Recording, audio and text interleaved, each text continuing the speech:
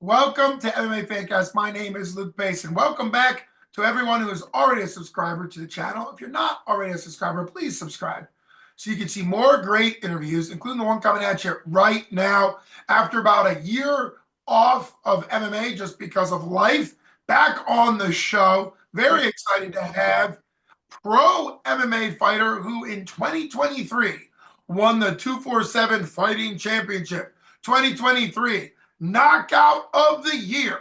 It is Mad Cat Cody Matthews. Mad Cat, welcome Hey, back to the show. great to be on. Happy to be here.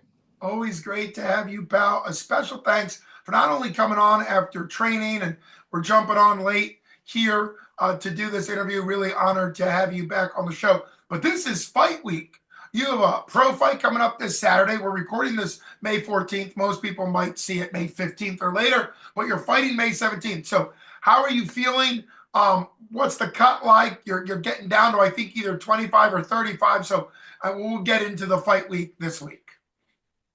Yeah. So we're 2 days out from weigh-in. Weight's looking great. I've been making weight now for almost 16 years. So, since I was 11 years old, and I'm about to turn 28. So I've got stuff down to a science anymore.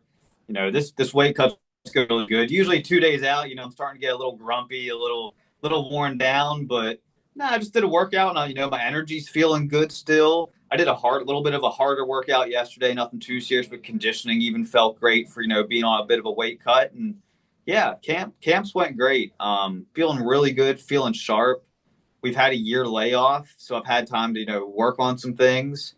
There's some little flaws, there's always stuff you can work on, but yeah, when it comes to fight week and weight, things are going great right now. That is great to hear. I really like doing fight week interviews. It can be hit or miss because obviously there's a lot of pressure on you as a fighter, and there's the weight cut and everything going on. You've been on the show several times. I got to witness and call your knockout over Vincent Lapari back in 2023 for 247. Really, the knockout of the year could have also been potentially upset of the year in the sense, which I don't think is a category they do, but in the sense that he was the hometown guy. He had a good record coming in, and you really had a great win over him. It's still out there. People can watch it by 247 Live if they have the subscription to see it. So it's a great fight. You're training out of Bowerhouse MMA. Talk a little bit about that and how's that been going, and what does that gym and the coaches mean to you? Yeah. I've been making the trip to Bowerhouse for, gosh, about 4 years now. And then over the summer, I had the opportunity. One of my teammates had a room open up, and I moved down here full time in July. I used to, last year I would come down 3 times a week during camp. So, I'd travel an hour, 45 minutes, train from 7:30 till about 10. And I'd make the trip all the way back home, not get home till 12, 12:30. Then I'd wake up in the morning at 6 o'clock to go work. So this has been a lot nicer to have a 20-minute drive instead of an hour and 45. But, I got a lot of great teammates here. We have a lot of 25 and 35 pounders, a lot of high-level AMIs. And we got some good pros as well. Mark Guglielmini has been a huge asset to me in this camp. He actually fought David Wilson 2 fights ago, had a very good close fight with him. So, Mark's been able to replicate some things for me. Obviously, he's not going to be the same fighter as he was against Mark, but Mark's definitely been able to give me some good looks. But got Coach Rob McGraw here running the MMA program. He's a wealth of knowledge when it comes to MMA. He's one of the best around. And then from like the jiu-jitsu aspect, Bowerhouse is run by Chris Bauer. You also have his son Colin Bauer here, and those two are just tearing it up on the international scene in jiu-jitsu. I don't think Colin's lost in, I don't know, like 3 years. I couldn't tell you last time I saw Chris lose either. They're the best of the best. So Bowerhouse is, a great gym to be at. So I can't be, I'm more than happy to be here. Yeah, that's incredible. You mentioned Coach Rob McCraw. That's a guy I know very well from the MMA world. And he reached out telling me how excited he was to have you full time. I remember that you were driving. I didn't remember that it was almost 2 hours each way. What has the job situation been like? Were you able to transfer a job? Is it the same job? Is it a remote job. How's the job working since you obviously moved to be closer to your gym? So I was last year. I was a substitute teacher. I've been doing that for the most part for on and off about 2.5 years. I had a job lined up when I came down here doing some career coaching with high school students, and unfortunately, it kind of didn't pan out. They didn't get approved for the services I was supposed to be doing, so I went back to substitute teaching. I substitute teach 5 days a week for the most part here in Frederick County. So do mostly in the high schools, and I really enjoy it. I'm open to other work right now. As summer's coming up, but teaching goes good with my job. If I can find something else that work with me, being able to get off and train in the evenings. 'Cause right now, being a fighter is still my main priority. So I've had to pass up good jobs, and for now, it's what it is. This is what I love, and it's what I want to keep on doing. Yeah, it's a great mindset you have. You're still a young fighter at almost 28 with you're pushing close to 10 pro fights. You'll be there soon, which is a lot of pro fights in with everything else, plus the year layoff. Talk about the fight coming up. You already mentioned your opponent, Dave Wilson. What do you said you had a friend or a teammate fight him. So what do you know about him? How do you think you match up? And let's get into kind of how you see this fight going. Saturday, May 17th. Yeah, I think it's a really good matchup against Wilson. He's a very respectable fighter. He's fought some tough competition. He has a decent pro record as well. He's got a handful of fights to him. I think he's coming off a loss for a title shot that he had.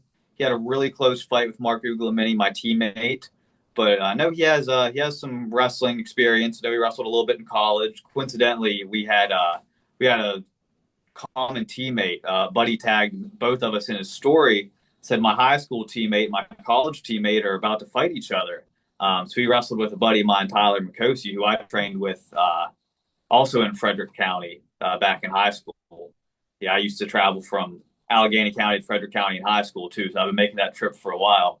But yeah, he's a good wrestler. I know he's done a little bit of boxing, but those are two of my strong points as well.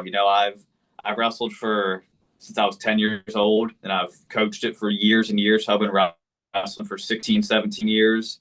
I got a decent boxing background. Boxing's a strong point of mine. While I understand I can kick knee and elbow, my hands tend to get the job done for me more often than not. Just kind of is how it plays out. But good matchup. He's a good fighter. You never know what someone's going to come in there with either. I've seen his stuff. I've seen his film. He does some good stuff. There's definitely some flaws that I see I can exploit as well, though. So, yeah, it's a matchup I like. Absolutely. Well, that's a great mindset to have. 2 days out, 2 days out from weigh-ins, 3 days out from the fight. What's the promotion and where will this physically be held? How far are you traveling? This is Brawler's Ball. It's at Portsmouth, Virginia, at the Rivers Casino. So I think from Bowerhouse here, it's about 3.5 hours, four. So it's not too bad. This is their second show, I believe they're putting on, at least their second recent show. It's going to be hosted by Frank Mir, previous UFC champ. So we got a nice guy promoting it. Good connections there. It's good. It's a nice card too. Got a great amateur card. My teammate Johnny is going to be fighting for the 125 title, headlining the AMI card at the prelims, and then me and Wilson's going to be co-maining the pro portion. And then Ahmet and Jesse Stern is going to be the headliner for the title, and that's a very exciting fight. So anyone that's tuning in to watch me, once that fight's done, don't turn it off. I really recommend you stick around and watch that one. That is great. I mean, that sounds like a great card. If I live closer, I might try to come to it, but a little bit too far for me. Really excited that you're doing this. You mentioned your teammates. I've been keeping track of Noah Kiska. I believe he's still one of your teammates. Incredible high level. Is he pro yet, or is he? I consider him high level AMI, but he might be pro. AMI Yeah, or pro? he has a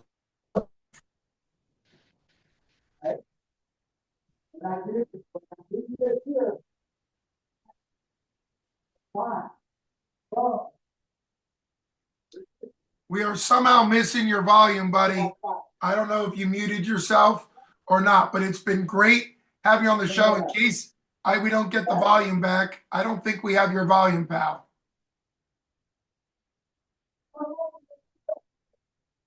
Sorry, Cody. We haven't been getting your volume.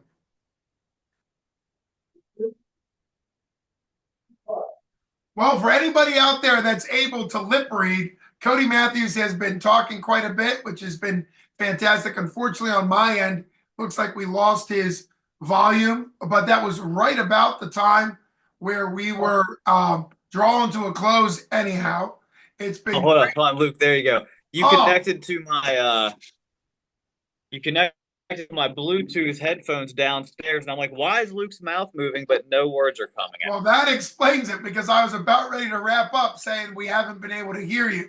Okay, back up a little bit, talk a little bit about Noah Kiska, then give your prediction on the fight, and we're about ready to wrap up. But that makes a lot more sense because, like, I don't know what's going on. Go ahead, bud.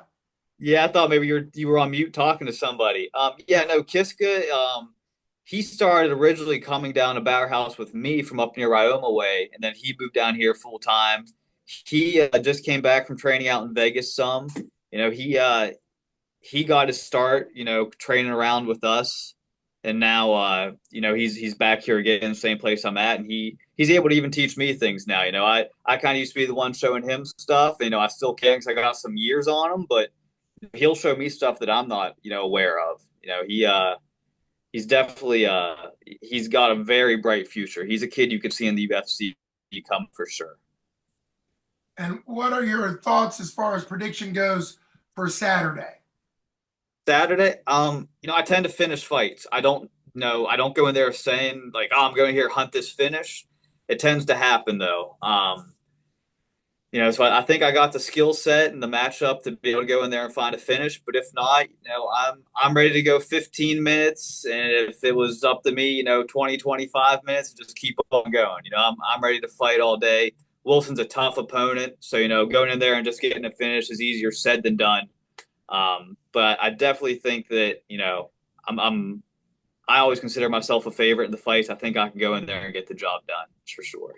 Well, it's been great having you back on the show. You predicting a finish. I, of course, watched Cage Sides when you had that incredible finish back 2023. Glad that you're back in May 17th for the Frank Mir promotion. Just incredible.